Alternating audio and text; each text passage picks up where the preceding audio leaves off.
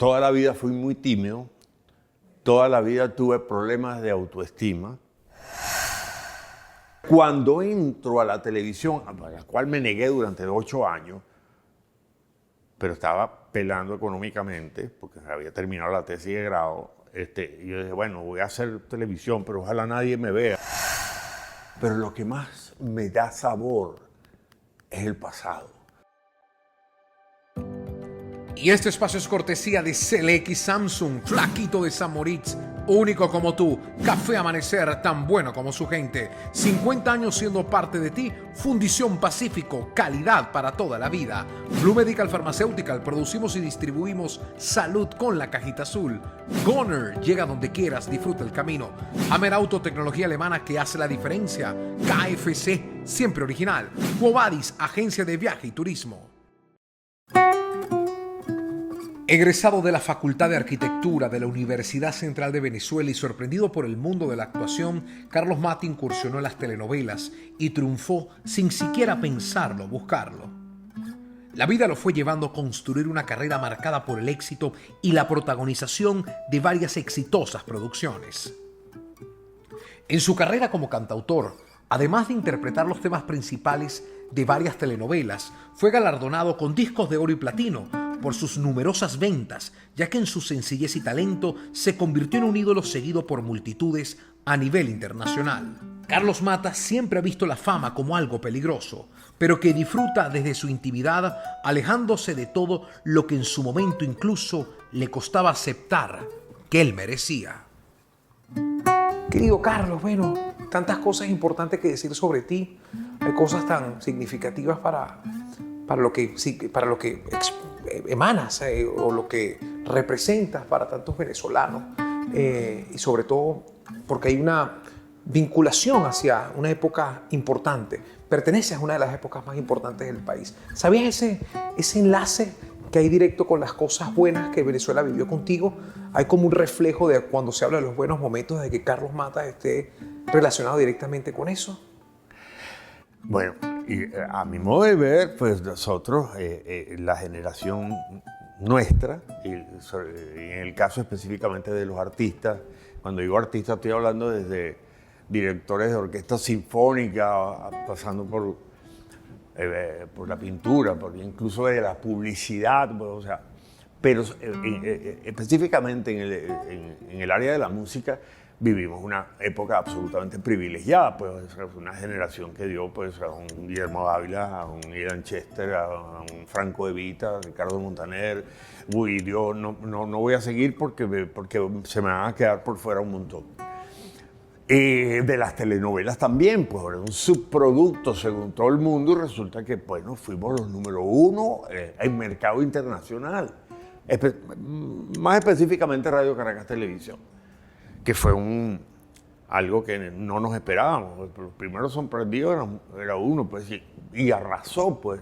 Entonces era un momento donde Venezuela tenía mucho que mostrar en cuanto a talento y Venezuela ha sido un país atiborrado de talento. Y no lo digo por mí, yo estaré a mitad de la cola, qué sé yo.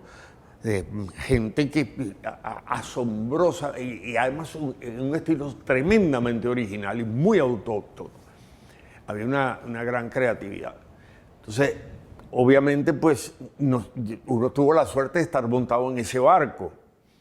Y paradójicamente, pues, en mi caso, yo estudiaba arquitectura, yo estaba dentro de la música, sí, de la música. En mi casa escuchábamos muchísima música, nosotros nos criamos todos oyendo ópera y oyendo música clásica y música barroca y lo más ácido que se escuchaba en mi casa eran los big band, Benny Goodman, Glenn Miller, y eso era lo que escuchaba mi papá y eso era lo que estábamos sentenciados a escucharlo. Cuando andaba en una nota así medio, entonces era Pedro Vargas o Nat King Cole. Y por supuesto a uno le gustaba el rock. También, yo amo la música clásica, todos nosotros la amamos por eso, pues fuimos formados dentro de eso. Pero yo no tenía nada que ver con el mundo del espectáculo, yo estudiaba arquitectura porque siempre me ha gustado la plástica desde niño y la pintura y tal, y me fascina la arquitectura. pero descubrí el teatro musical. Por la música entró yo en el teatro, que en este caso fue Godspell, que la hizo Guillermo, el primer elenco. Y nunca realmente me llamó la atención, o sea, sí, pero no actuar yo, porque yo era tremendamente tímido. Y accidentalmente, ahora que me contabas lo de Levi Russell con Guillermo Dávila, sí, yo fui a acompañar a un... Sí, yo he contado muchas veces a un... valga la cacofonía redundante, fui a acompañar a un compañero de la Facultad de Arquitectura del segundo semestre, estábamos, que iba a hacer un casting en Arte de Venezuela para Godspell, casualmente, para el segundo elenco de Godspell. Y dije, sí, vale, yo te acompaño. Entonces, el teatrico de Arte de Venezuela tenía un teatro bellísimo, porque era una casa muy vieja, y el patio se hizo un teatrino, además, o sea, el Mago de Oz era eso. Y yo estoy sentado allá en la última fila viendo aquello, y cuando suena la banda y empiezan a ensayar y no sé qué, yo digo, wow, esto está buenísimo. Y entonces veía que actuaban y yo digo, qué maravilla. Y de repente, bueno, todos hicieron y Levi se me queda viendo así y me dice, hey, tú, pasa. Y yo sí, tú. No, lo que pasa es que yo vine a acompañar, o sea, yo era muy tímido, entonces desde allá, no te oigo, baja. Porque Levi era medio autoritario, ¿no? Entonces yo bajo todo, no, mira, lo que pasa es que, bueno, pero, ¿cómo que no viene? Bueno, pero tú cantas, ¿no? Bueno, una canción, escoge ahí, la banda estaba lista, y bueno, ¿en qué tonalidad? Dale, que yo me... Ah, bueno, está bien. Hazme un ejercicio de improvisación de algo. Yo, ¿qué diablo? Sí, nunca... Y aterrorizado hice una cosa. Me dijo, bueno, mira, por la parte musical no hay ningún problema. Lo otro realmente es una de las cosas más espantosas que he visto en mi vida. Pero tú tienes talento para esto, quédate. Carlos Mata significa un ícono de mi infancia, porque yo viví siendo niña. Yo fui una niña de la generación X que no fui criada ni con iPads ni con toda esta tecnología, sino con la televisión. Nosotros, la generación de nosotros, los que nacimos en la década de los 70, los 80, nos criamos viendo la televisión y evidentemente en nuestras casas se veía mucha televisión nacional porque era la época de oro de la televisión nacional en Venezuela, los años 80, y de las grandes producciones de telenovelas de exportación, como fue el caso de Cristal, que catapultó al éxito internacional a Carlos Mata. Entonces, claro, yo crecí escuchando esas telenovelas, viendo las telenovelas porque me gustaban. De hecho, yo decidí actuar en teatro y dedicarme a este medio de la comunicación gracias a esas telenovelas de la época, Cristal, Las Amazonas, Elis y Alena, todas esas telenovelas, ¿no? Carlos Mata, recuerda que él estudió arquitectura, pero su pasión siempre fue la música y la actuación. Pues él empezó haciendo teatro musical, era, vamos a decir, como un teatrero, y en esa época recuerda que la gente de teatro iba a la televisión más que por gusto, como por tener un medio de subsistencia pues, económico, porque la televisión pagaba muy bien en esa época. Pero cuando entro a la televisión, a la cual me negué durante 8 años, pero estaba pelando económicamente, porque había terminado la tesis de grado, y yo dije, bueno, voy a hacer televisión, pero ojalá nadie me vea, porque tenía esos pruritos necios del purismo.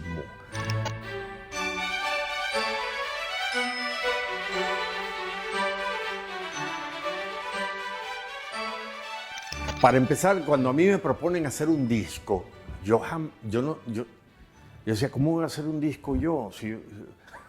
Con canciones, o sea... ¿De verdad? Sí, yo componía, pero música para teatro, pues, o sea, hacía otras cosas y cosas rock, pero entonces me proponen hacer y yo empiezo a componer música. Y yo, no, pero compónla tú, pero no si quieres me dan canciones de otra gente. No, pero Alejandro Blanco-Uribe, una bellísima persona a quien quiero mucho, me decía, Carlos, compón tú. Y resulta que lo primero que me ofrecen es, en el primer disco, un tema de novela, pero no hecho por mí, sino por Luis Guillermo González. Y yo, con todo el respeto y mi gratitud además, que en paz descanse, el hecho es que me empiezan a encasillar en televisión Vean, el papel del galán joven de la primera novela que hice, porque el protagonista era un hombre ya casi 60 años y entonces el pavito, pelo largo y tal, rebelde, era yo. Y después hice varias así, después me mandan para Radio Caracas lo mismo. Y él, que era un actor de teatro, por supuesto diría, bueno, yo no, además es que estoy haciendo televisión, porque en esa época era así, para ganarme una platica, porque el teatro no me da eso, entonces ahora tengo que cantar estas canciones. Entonces era rudo, ¿no? Ponte a pensar. No quería ser galán, ni protagonista, ni nada de eso. Y no. Pero porque era una raya, no Sí, estaba en tus prioridades. Bueno, o sea, lo de la novela ya me fregué porque ya había entrado a hacer telenovela, pero pagaba muy bien. Y me di cuenta que me divertía mucho haciendo telenovelas, cosa que es verdad. Yo me divierto mucho. Porque además me río mucho, la paso sabroso, el compañerismo muy sabroso con los técnicos, con todo el mundo. Bueno, ya que estoy en las novelas, bueno, vamos a seguir las novelas, pero eso lo voy a hacer un año más y listo. Y ese año se fue convirtiendo en toda mi vida. Lo mismo pasa con la música. Después voy a hacer la música que yo quiera. No. En la medida en que va pegando el sello discográfico, dice, nos vamos por aquí, pero ya hacía canciones que me daban muchas notas y me decían, no. Que por qué te quiero. Yo, pero esas cancioncitas de Hello Kitty, por Dios, no. Ojo, y lo digo y la gente ama esa canción y lo digo con Sí, todo el respeto. me acabas de herir el corazón. Querer ese tema. Palabra, lo juro. Primera vez que miro a cámara porque esto va dirigido al público Me directamente. acabas de herir el corazón, porque te quiero es una de mis canciones favoritas. De Porque te quiero. Pero es que después descubro que esta es la fórmula desde el punto de vista musical es una estructura perfecta. Te quiero. Él era un actor a quien le dieron unas canciones que estaban hechas a la medida de una producción televisiva y bueno, ¿te las cantabas o no? Ahora, obviamente, eso estaba hecho. Mira, tú sabes cómo se hace un éxito. Un éxito se hace con unos ritmos establecidos, con unos compases, con unos arreglos y eso... Hay ritmos que impelablemente pegan. Lo que no me gustaba mucho era la letra, que era un poquito, Heidi. sí, muy dark. Y yo decía, yo quería, uno escuchaba a Joan Manuel Serrat, no sé, y la versión en Pink Floyd, y La Pared, o sea, uno quería cantar que ¿por qué te quiero? Ok, pero aprendí a quererla mucho. Porque a través de esa... O sea, ese fue el primer mega éxito internacional, pero ese fue el segundo disco. El segundo disco. Y fue el que se pegó primer, de costa a costa en Estados Unidos por 14 semanas seguidas, primer lugar en el Billboard latino. De todo Estados Unidos. Y decía, pero ¿por qué no puse una canción de las mías? No hubiera pasado eso. Con un solo disco, el éxito de ¿Por qué te quiero?, que no podemos dejar de hablar de él, llenó estadios completos batiendo récords que los Rolling Stones habían batido en España. O sea, imagínate, Carlos Mata llenaba estadios, era un furor que él me decía, yo no podía ni creer lo que me estaba pasando. Esa novela se hizo en millones de idiomas, por muchísimos países, y yo creo que él es un ícono de la buena televisión, de la época de oro de los medios de comunicación de Venezuela. Es una persona que mantiene su humildad. Cuando tú lo entrevistas y te habla de esa época de oro, más bien lo habla como muy desprendido del ego. Él se convierte en un boom afuera justamente por Cristal. O sea, vamos a decir que desde Venezuela ya se había hecho internacional a raíz del éxito de Cristal. Además, Cristal fue una novela de 85, pero que estuvo 5 años girando por Asia, Europa. En Italia también es un ídolo. Pero a raíz de ahí, obviamente, al ser un galán tan cotizado internacionalmente, lo empezaron a buscar disqueras. De hecho, ya a principios de los 90, él firma, después de haber estado contratado por Radio Caracas Televisión y por Sonográfica, él firma con Polygram Internacional, que obviamente lo proyectó más como cantante. Pues, incluso ese disco primero que hizo con Polygram, lo grabó en italiano. Entonces, obviamente, era una cosa que iba una cosa de la mano con la otra, pues tanto la parte del canto como la parte de la actuación. A raíz que hacía una novela, entonces él cantaba el tema y era la época donde la televisión mandaba, obviamente, pues. Y al tener un tema en una novela, en la radio ya pegabas automáticamente. Estamos hablando de una gente que no calculó el tamaño de esa fama, de eso tan público. Por supuesto, se tenían que sentir incómodos para reconocerlo, porque es muy difícil que tú reconozcas un remoquete que inventa una industria. Aunque en la práctica sí te perseguían. A mí me daban papelitos para que se lo entregara a Mata, a Menudo, cuando iba entrando a Radio Caracas Televisión, cuando llegaba. Entonces, ellos mismos no reconocen esa fama porque no la ven legítima. La ven como que construida, que después sí se convierte en legítima, porque espérate, ellos tenían un carisma, ellos lograron embolsillarse a la gente. Entonces, yo no sé, creerse eso y vivir con eso es rudo, pues.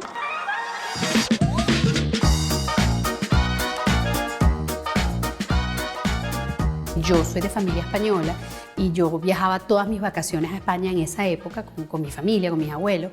Y cuando yo decía, ¿de dónde eres? De Venezuela, no me preguntaban nada sino Cristal. ¡Ay, de Cristal! Cuéntame cómo termina Cristal. ¿Cuál es el capítulo final de Cristal? Y yo te estoy hablando que yo tenía 8 años. Carlos Mata era un ícono y me preguntaban sobre cómo era él, sobre si lo conocía. Fíjate que yo tuve la oportunidad de entrevistarlo cuando trabajaba en el programa Sábado de la Noche. Y él nos contaba que era un furor increíble, lo que él vivió en su época de oro gracias a esas telenovelas.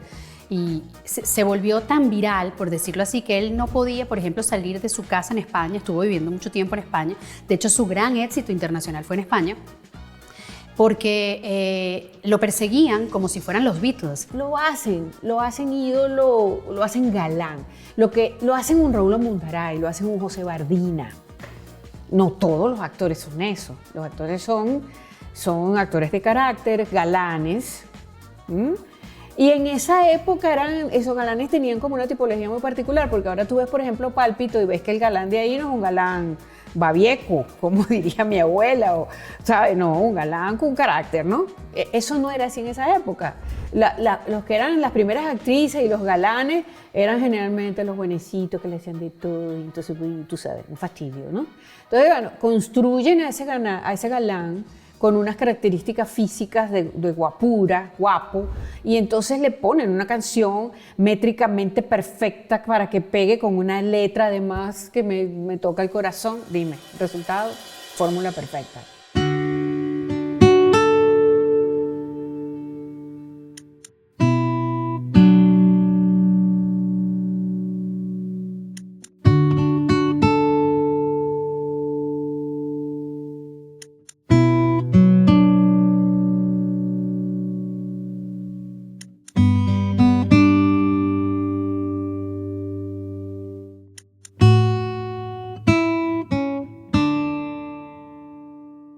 Yo creo que el concepto de galán, o sea, todos los actores que pasaron por la época de oro de las telenovelas venezolanas terminarán siendo galanes eternos, porque ese concepto de galán surge allí, porque era el típico hombre bien vestidito, bien peinadito, arregladito, que hablaba bello, pausado. O sea, eso hoy en día no existe. Hoy en día, oye, podemos ver a alguien con ese tono en una telenovela o en un programa de televisión y nos puede parecer hasta pavoso, hasta fuera de moda. Ese concepto de galán está ahí. Pero hoy en día yo creo que son los antigalanes. Hoy en día tú hablas con ellos y ya se han deslastrado mucho de aquella época del galán de las telenovelas. Querido Carlos, ¿cómo mantuviste la claridad frente a la potencia o la fuerza que fue creando ese hombre del espectáculo en el cual te convertiste? ¿Te lo creíste? ¿Te lo viviste? ¿Sabías el Carlos Mata de la proyección, del éxito, el del dinero, el de la fama? ¿O estuviste muy claro de que podía convertirse también en una contraparte de lo que tú realmente eras? Bueno, te voy a decir algo. Lo bueno de tener esta edad, que ya yo cumplí 182 años. Te ves estupendo.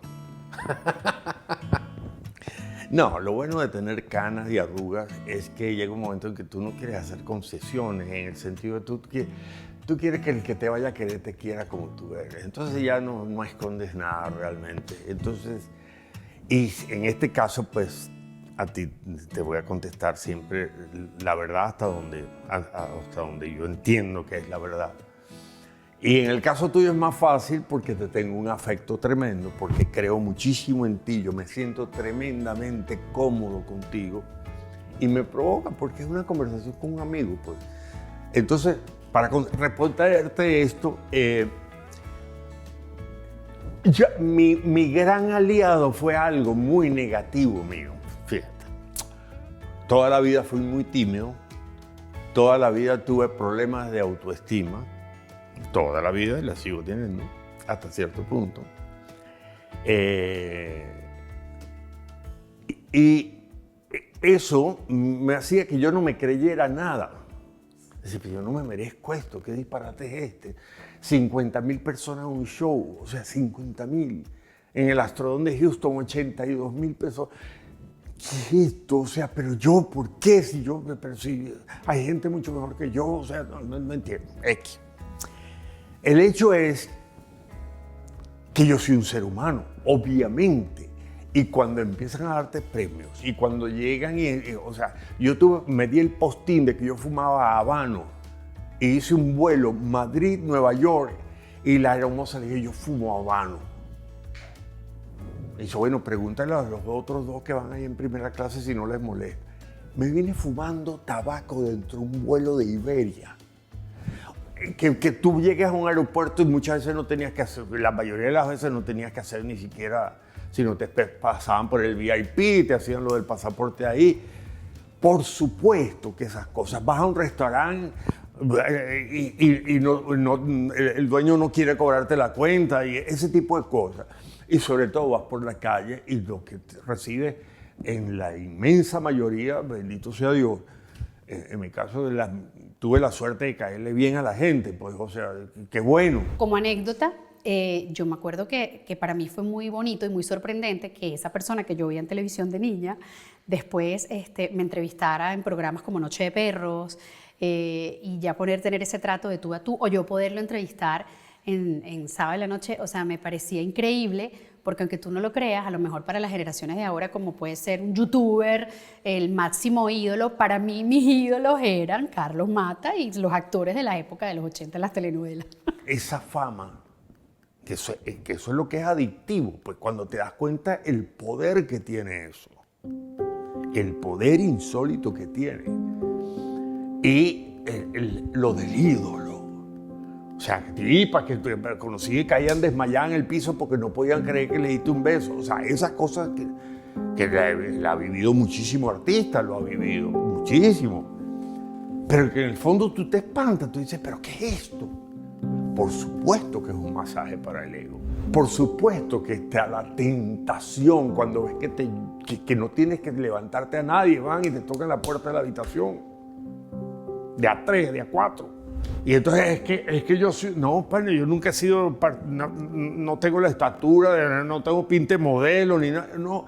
Es el personaje de la novela, es las canciones. Entonces se crea una imagen de ti y se enamoran de una imagen absolutamente fantástica, de ficción. Yo me fui a un extremo tal que no me permitía ni siquiera disfrutar de eso. Por ejemplo, vivía encerrado en las giras.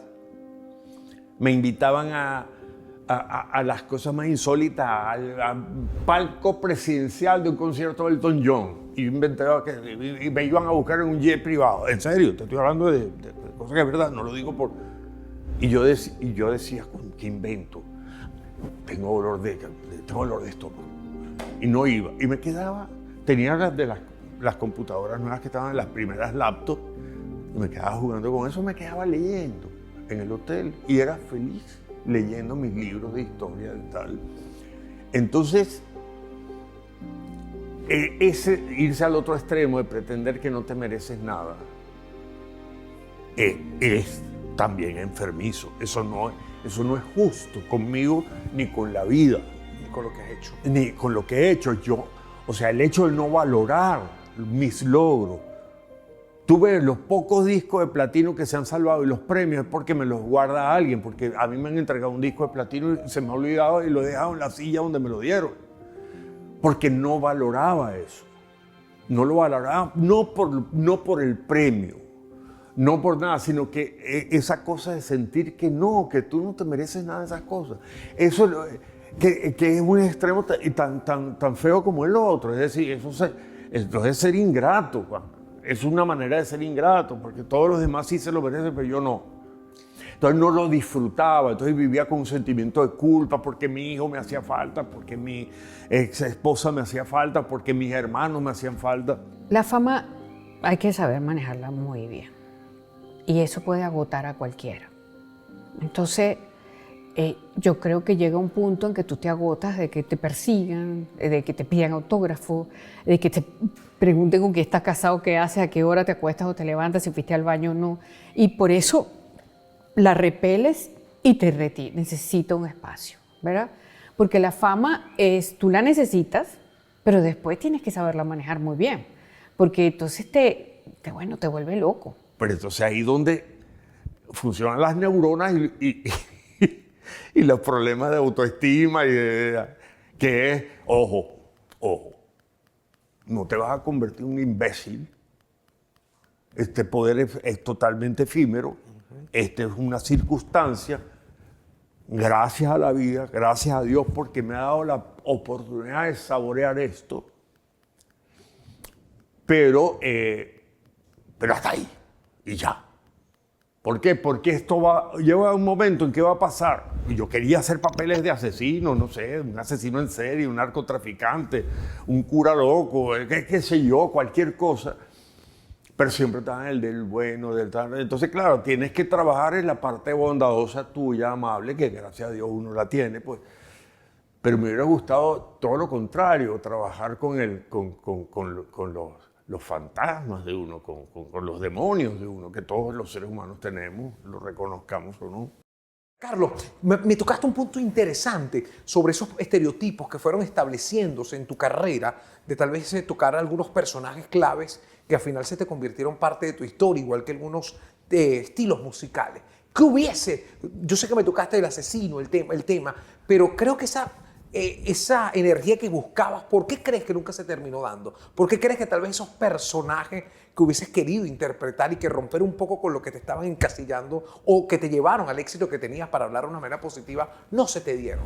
Porque no tiene atractivo para mí hacer de un galán, porque en esa época era un hueso pelado. El galán es el tipo que es perfectamente buen mozo, levantaba la ceja y decía... Es un inútil, María Cristina. Lo nuestro no tiene futuro. Sé feliz, aunque no sea conmigo. Y levantaba la ceja y metía la mano en el bolsillo y dije, compadre, yo no puedo. Eso atenta contra mi formación teatral. Y Delia me dijo, deja de negarte. Yo no quiero que hagas eso. Yo quiero que rompas con eso, como me hiciste en Leonela. Ah, bueno. Pero así todos te encasillan. Claro, después ser el protagonista, el galán de José Ignacio Cabruja, no es lo mismo que... La Dama de Rosa. En La Dama de Rosa, o en Señora, o en Las Dos Dianas, no es lo mismo. Pero después te llaman de otros países a hacer novelas y entonces es la misma cosa, el cliché del galán. Y al final tú dices, bueno, a mí me divierte hacerlo, es divertido, me pagan súper bien, más de lo que jamás se me ocurrió ni soñar. Entonces, bueno, vamos a darle, pues. Igual es divertido, pues. Pero siempre me quedó lo mismo que con la pintura, por eso volví a hacer teatro aquí en Miami. Porque ya no es la fama, ni el aplauso, ni la locura, sino es la necesidad de sacar esa cosa de adentro, de tener personajes que realmente, oye, como el método Groom, o sea, que es una de las obras que más he disfrutado en mi vida. Y el personaje es... un loco de porquería, un cínico que no se puede creer y no tiene idea de cómo lo disfruté y me gané un premio. Entonces ahí te das cuenta que realmente uno no está haciendo ese oficio por el resultado económico o afectivo de las masas, sino porque te apasiona hacerlo, porque lo sientes de corazón. Eso no quiere decir... Y lo digo con absoluta convicción, yo canto que ¿por qué te quiero? Y dejo el pellejo ahí, es decir, le pongo el corazón como si fuese... Un tema escrito por ti. Claro, ¿por qué? Por respeto a la música, por respeto al público y por respeto a mí mismo. Si yo no lo siento, ¿para qué lo voy a hacer? A raíz de Cristal, que fue su primer protagónico, Después de ahí, casi siempre, bueno, fue la época de los protagónicos. Yo creo que eso fue lo que despegó para que él fuera como considerado como un galán, que era lo que realmente él no quería, esa etiqueta. Yo creo que en ese aspecto él se destacó del resto de sus compañeros porque, ok, podría ser un hombre atractivo, que actuaba bien, pero dentro de él primero había naturalidad. Yo creo que eso lo distinguía del resto que no era tan acartonado como otros actores de la época. Y que había verdad en su actuación, porque además recuerda que al venir del teatro, creo que esa formación lo ayudó a que en sus papeles siempre hubiera esa verdad que traspasaba la pantalla. El gran hito fue Cristal, que no solamente fue una novela donde él se hizo muy famoso, sino también su compañera, su rol, Janet Rodríguez, que también fue, para ese momento, bueno, se volvió también muy famosa. Entonces, y por la misma razón. La razón era ese trabajo de mercadeo que implicaba asociar la canción al artista, a la trama de la novela, porque todo era un paquete. Desde el año 93, que él hace una última protagónico en Argentina con Catherine Flop, Déjate querer, de ahí se hubo una pausa como de 5, 6, 7 años, hasta que después vuelve a finales de los 90 a hacer una novela en Colombia. Yo creo que en esa época de mediados de los 90 fue que él como que ese torbellino quiso parar y obviamente dedicarse a su familia, pues que lo que hacía era estar en conciertos, en un avión, en presentaciones, porque también a raíz de Cristal fue que le vinieron, vamos a decir, esos tigres, por llamarlo de una manera, que empezó a animar programas en televisión española, que obviamente pagaban muy bien, mucho mejor que de repente los sueldos que tenía aquí en Venezuela. Y creo que eso fue como lo que detonó que él quisiera descansar, darle un poco de descanso a su imagen, pues también, y a su carrera, que no paraba, pues. Durante años yo me acuerdo que cuando estaba en la radio, que hacía programas de humor negro, cada vez que entrevistábamos a Carlos Mata, lo chalequeábamos, por supuesto. Cántanos el por qué te quiero. Y él me decía, no, vale, basta, no quiero cantar más el por qué te quiero. Hay 1000 cosas que preguntarme de mí que hablar del por qué te quiero. Carlos, eres un hombre que cree en el amor, eres un hombre de relaciones duraderas. Y siempre con un estigma frente a los que se forman en televisión que son rompecorazones. ¿Qué tan importante es el amor de Carlos y sobre todo cómo ha podido a través del tiempo mantener esa estabilidad emocional frente a tal vez ese suburbio que existe o esas estigmas que existen en los medios de comunicación con los actores? ¿Cómo has estado plenamente enamorado y has mantenido ese amor frente a todo lo que puede suscitarse en un medio tan movido como el artístico? Mi papá y mi mamá, Bellita Iturriza, que murió muy joven, 35 años. Tenías 13, ¿no? 13. Mi papá era un hombre tremendamente estricto, un tipo muy culto, muy severo, muy duro. Un amante, un tipo cultísimo a todo nivel. Pero a nosotros nos sonaron mucho. Mi papá era muy duro en eso, ¿no? Los correazos todavía me duelen por unas boberías insólitas. O sea, la disciplina era férrea. Mis padres fueron una maravilla, pero lo que estaba mal yo no lo voy a reproducir. Ninguno de mis hermanas ni mis hermanos jamás le hemos puesto un dedo encima a un hijo nuestro, a menos que sea para hacerle cariño, o para ver si tiene fiebre, o para abrazarlo, o para besarlo. Yo jamás he recurrido al golpe, al grito, ni a la descalificación con un hijo mío. El ejemplo más bonito de una relación de pareja lo tuve mi papá y mi mamá. Mi papá no salía porque era inmensamente feliz dentro de su casa, con su esposa, con sus hijos. Le gustaba tomar, pero tomaba en su casa oyendo ópera o música clásica o leyendo, porque no paraba de leer. Deben haber tenido algún desencuentro, pero ninguno de nosotros jamás nos enteramos. Es una relación de cariño, amor, respeto, todo el tiempo, de caricia, de atenciones mutuas. Entonces, para mí, la relación de pareja siempre ha sido sumamente importante para todos nosotros, todos los hermanos. Y por otro lado, porque yo el día que descubrí, ahí hace muchos años, que yo podía vivir solo y ser inmensamente feliz. Y sigo creyendo que vivo solo y soy inmensamente feliz. Y esto lo comparto con mi esposa y ella es igualita a mí. En eso, somos igualitos en eso. Pero yo tuve la suerte de que yo viví solo mucho tiempo cuando era estudiante. Y era muy feliz. Y claro, me gustaba tener una novia, ¿verdad? Y me dejaban y bueno, pues, pasaba Muy guayabo. mi guayabo y listo, y seguía adelante y escuchaba música y tal. Y bueno, me llevé después a mis 2 hermanos menores a vivir conmigo, que eran un fastidio, pero bueno, yo los adoro, pues eso.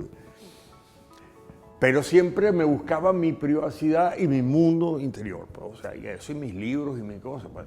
Pero si tú puedes vivir contigo mismo y ser feliz y tú te aceptas tal cual eres, así no te guste, ojo, que no es que no, yo soy una maravilla, no, yo sigo peleando conmigo, hay cosas mías que me cuesta mucho trabajo aceptar, pero puedo vivir solo. ¿Sí? En la medida en que tú ni te soportas a ti mismo, ¿cómo vas a pretender que te soporte una pareja? ¿Cómo vas a querer a nadie si tú eres capaz de ser feliz contigo mismo? Es decir, ¿qué hacemos generalmente en las parejas? Depositar en el otro que nos resuelva el problema de la vida. Es decir, llena mi vacío, hazme feliz. Nadie puede hacer feliz a nadie. O sea, eso es una decisión tuya, eso es tu tarea, tú no puedes darle esa responsabilidad a nadie. Ahora, si tú estás más o menos bien en tu vida contigo mismo, estás en mejores condiciones para dar y para recibir. Y si te encuentras, como gracias a Dios yo me he encontrado, pues una persona con la que podemos ser nosotros mismos y tolerar hasta donde se puede las cosas que no nos gustan, y si no, bueno, ok, tú duermes allá, yo duermo aquí, estamos bravos. Yo tengo una relación con mis hijos preciosa, de verdad que preciosa, yo no puedo estar más agradecido. Y no puedo estar más agradecido con la relación que tengo con mi esposa. Y no puedo estar más agradecido con la relación que tengo con mis verdaderos amigos, en donde yo me desaparezco 6 meses y no hay un rollo de que, bueno, pero sí, en broma sí, bueno, no, te mudaste, te raptaron los marcianos, es verdad. Pero eso no afecta para nada, ni disminuye, ni hace mella para nada en la relación de afecto, ni de comunicación. La relación de pareja ha sido muy importante. Yo tengo que reconocer que no fui lo suficientemente fiel como debió ser. Soy absolutamente fiel, sí, soy. Hace muchos años que soy absolutamente fiel. Pero era muy difícil en esas giras también, o sea, se te dan unas oportunidades que te puedo decir yo. Y sin embargo, yo decía, no me pasen llamadas, no me dejen subir a nadie, porque uno es débil, pues, la carne es débil. Carlos, y sobre ese, hay una frase que es lapidaria para aquellas personas que intentan siempre rescatar el pasado como una carta de presentación, ¿no? Porque dicen que el pasado ya quedó atrás, no existe ninguna forma de poder utilizar el pasado como una garantía hacia el presente. O sea, la gente piensa más en el presente y hacia el futuro. ¿Cómo sientes un poco la situación actual, tu situación actual, frente al reconocimiento que te da el pasado? ¿Eres de las personas que también olvida el pasado, que no pretende que el pasado sacuda el presente? Es decir, ¿no aceptas todavía el reconocimiento o esa gran fortuna, y no me refiero a económica, fortuna de vivencia que te ha generado los éxitos de años anteriores? Yo tiendo mucho a mirar hacia el pasado en muchas cosas de mi vida. ¿Pero por qué? Porque hay una especie de... No tuve la actitud correcta que debió tener. Si yo lo hubiese aceptado y vivido en plenitud, sería más fácil. Pero el pase de factura es conmigo mismo por no haber tenido la ¿Madurez? Sí, lo que pasa es que eso viene de la historia de cada quien personal, de niñez, o sea, yo no tenía los elementos con que combatirlo, o realmente no los tenía a mano. Yo lo que creo es que el pasado es sirve como un espejo retrovisor. Tú no puedes manejar viendo todo el tiempo por el espejo retrovisor, definitivamente. Pero sí necesitas ir manejando y ver qué ha pasado o quién viene detrás del pasado. Del pasado generalmente vienen unos fantasmas. Pero mirar para ver el camino recorrido de repente empiezas a hacer las paces contigo mismo. Y digo, sí he caminado, sí. Empiezas a aceptar que ha habido logros de verdad. Entonces, pero eso debería ser una cosa nada más que de uno con uno mismo. Ahora, definitivamente, lo ideal es trabajar lo que está trilladísimo hoy en día, que es el presente. Que es, o sea, el pasado como una referencia. Fíjate que yo casi todo lo que leo y lo que más me gusta en cine, en literatura, en todo, tiene que ver con el pasado. O sea, por ejemplo, yo no disfruto la ciencia ficción. Proyectarme en el futuro. Sí me gusta la cosa actual, pero lo que más me da sabor es el pasado. O sea, todas las historias que tienen que ver con los etruscos, o con la Belle Époque, o qué sé yo, con los fenicios, los vikingos, la Edad Media, son las cosas que más me atraen, la época de los romanos, es decir, porque tienen mayor encanto. Fíjate que me gusta coleccionar antigüedades, pero porque creo que tienen historias. ¿Qué es lo que pasa? Que a mí el pasado me cuenta historias. Y cuando yo soy espectador, y me encanta ser espectador, y cuando soy espectador de un libro, de una obra de teatro, de una película, etc., es lo que sale es el niño, es cuéntame un cuento. Había una vez pasado. Es decir, es recrearte en otras vidas. Y eso te ayuda mucho como actor, por otro lado. Pero sí, yo reconozco que tengo una tendencia nostálgica, pero no de mi pasado. Estoy hablando del pasado en general de la humanidad. Creo que es más atractivo. En muchos aspectos.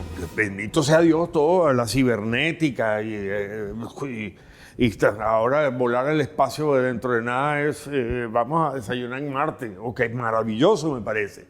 Pero lo que tiene sabor para mí son las historias, los cuentos, alguien que vivió una experiencia, un anciano echándose, o sea, un viejito contándose su historia, es algo que a mí se me cae la baba. O sea, una viejita que dice, porque generalmente son cosas importantes para la gente. En su presente, esas historias siguen teniendo su valor. Porque de alguna manera somos el resultado de nuestra propia historia. Y actualmente, ¿cómo te sientes? ¿En qué búsqueda estás? La serenidad, ¿estás en un proceso sereno, un proceso de estar con tus obras de arte? ¿Cómo te encuentras ahorita artísticamente? ¿Cómo te encuentras ahorita? Bueno, ¿O qué te satisface hoy?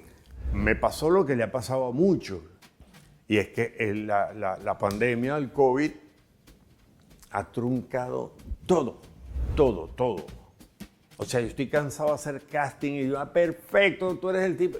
Posponen el proyecto, posponen la obra de teatro. O sea, yo terminaba esa telenovela de México y empezaba mi gira del mi espectáculo, que es precisamente lo que hago, es reírme de mí con música y con todo lo que cuento ahí es verdad, es una especie de desnudarse en público y es musical y tiene un montaje teatral, pero es todo verdad, está contado en primera persona, es más, ninguna función me queda igual a la otra, porque es muy de verdad y muy espontáneo en muchos aspectos. Y bueno, ese ha sido un gran sueño mío, que era desquitarme de lo que no he podido hacer, pero con un espectáculo mío que tiene lo musical, tiene lo actoral y tiene la puesta en escena. Pues. Y no puedo parar de hacer cosas porque eso sí es. O sea, hasta el último suspiro yo tengo que estar inventando algo. Querido, Venezuela, ¿cómo está en tu corazón? Ahí estás planteando tu agenda, añoras volver al país, añoras que la industria pueda reactivarse. ¿Cómo es tu relación hoy con Venezuela desde el punto de vista, de conexión de tu gente? ¿La piensas todos los días? ¿Cómo es Venezuela presente en tus pensamientos? Sí, todos los días de mi vida. Es decir, nacer en Venezuela significa llevar a Venezuela en el ADN por el resto de tu vida. O sea, es tu historia, es tu origen, ahí es donde están enterrados tus muertos. Ahí está las vivencias más importantes de tu vida, pues de tu pasado. Las mías fueron en Venezuela, pues así, afuera, en España, Argentina, en un montón de países, por trabajo y por afecto, pero tu identidad natural es ese terruño que más bendecido por Dios no ha podido ser. Y sin embargo, ha pasado tanta y sigue pasando tanta tormenta, ¿no? Mi relación con Venezuela es curioso, porque me preguntaste y me vino por primera vez una idea así. Me da miedo ir. Y no me da miedo por el hecho de la seguridad, ni que... Me da miedo ir porque la última vez que yo estuve en Venezuela todavía era un país vivible. Me da miedo ir y que yo diga, como Penélope, pues, tú no eres quien yo espero. O sea, este ya no es mi país. Pero por como Lo viviste. Porque lo viví y porque incluso me da miedo que llegue un día y esté lleno de casas y edificios al lado y hasta arriba, no sé, es decir, sobre todo lo que mantiene Venezuela. O sea, Venezuela son los paisajes más bellos del mundo, la naturaleza más generosa del mundo. Los ríos, los lagos, todas las montañas, todo. Pero ha tenido siempre una calidad humana muy particular. Bullangueros y pretenciosos también. A ver, parranderos ni te cuento. Pero esa cosa del venezolano amigable, que esta es tu casa, ¿ves? Esa cosa bonita que tiene, que el tipo del kiosco, que el otro, el chichero, esa cosa que uno llega a la Plaza de Venezuela, ¿qué pasó, panita? ¿Con qué lo quieres? Con todo, venga.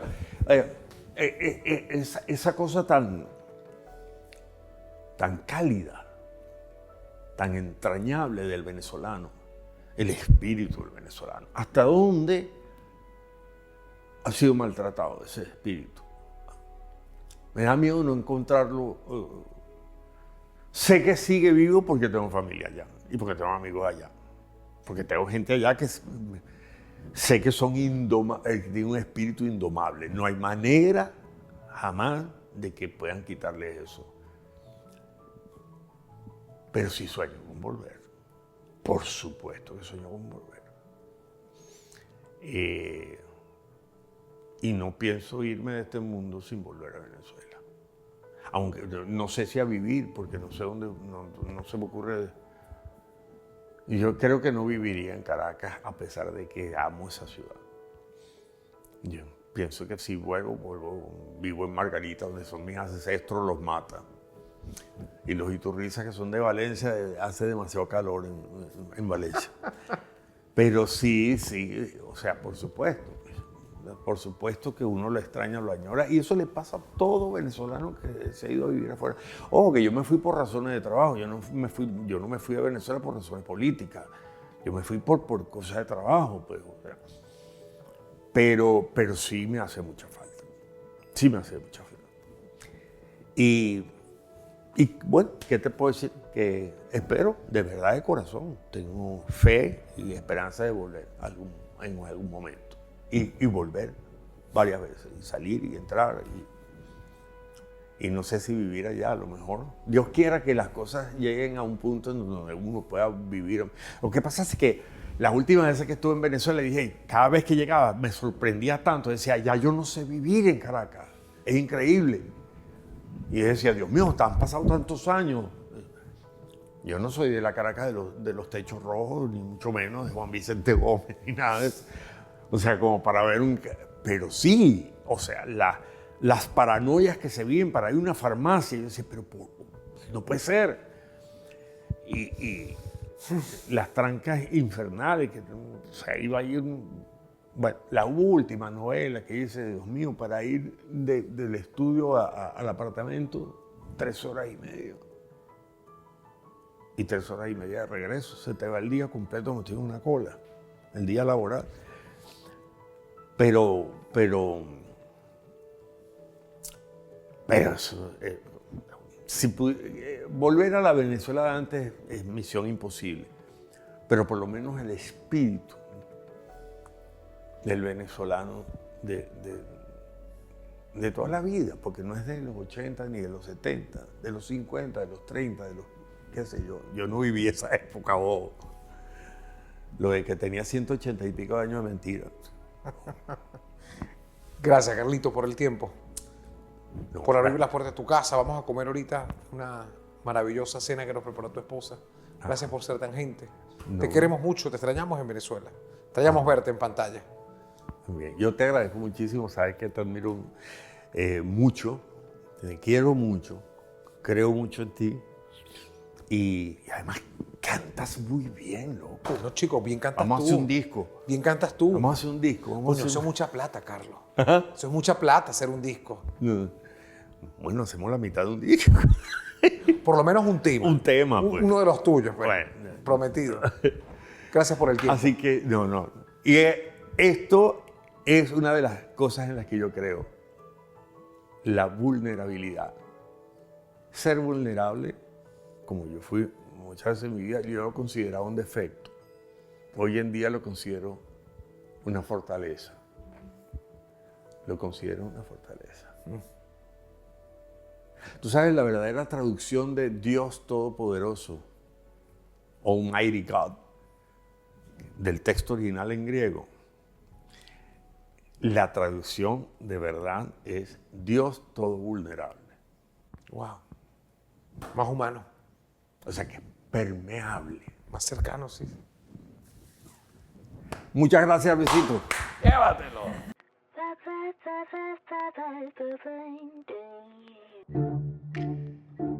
Carlos Mata ha sido un actor consagrado con talento y una facilidad para las artes en todas sus expresiones. Los enfoques en la actuación y el canto lo llevaron a dejar suspendido su amor por la pintura, el diseño e incluso el teatro per se.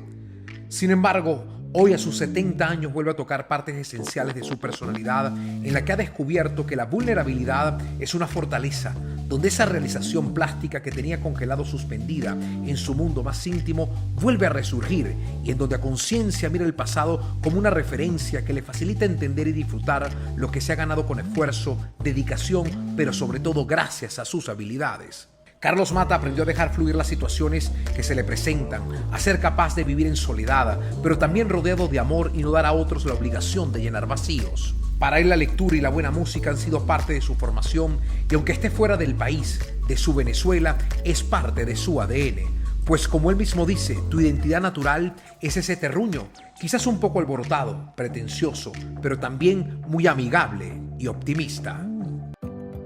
Y este espacio es cortesía de CLX Samsung, flaquito de San Moritz, único como tú, café Amanecer, tan bueno como su gente, 50 años siendo parte de ti, Fundición Pacífico, calidad para toda la vida. Blue Medical Pharmaceutical, producimos y distribuimos salud con la cajita azul. Goner, llega donde quieras, disfruta el camino. Hammer Auto, tecnología alemana que hace la diferencia. KFC, siempre original. Quobadis, agencia de viaje y turismo. Si disfrutaste de este episodio, te invito a mi canal de YouTube para que no te pierdas de cada uno de nuestros estrenos y mucho más.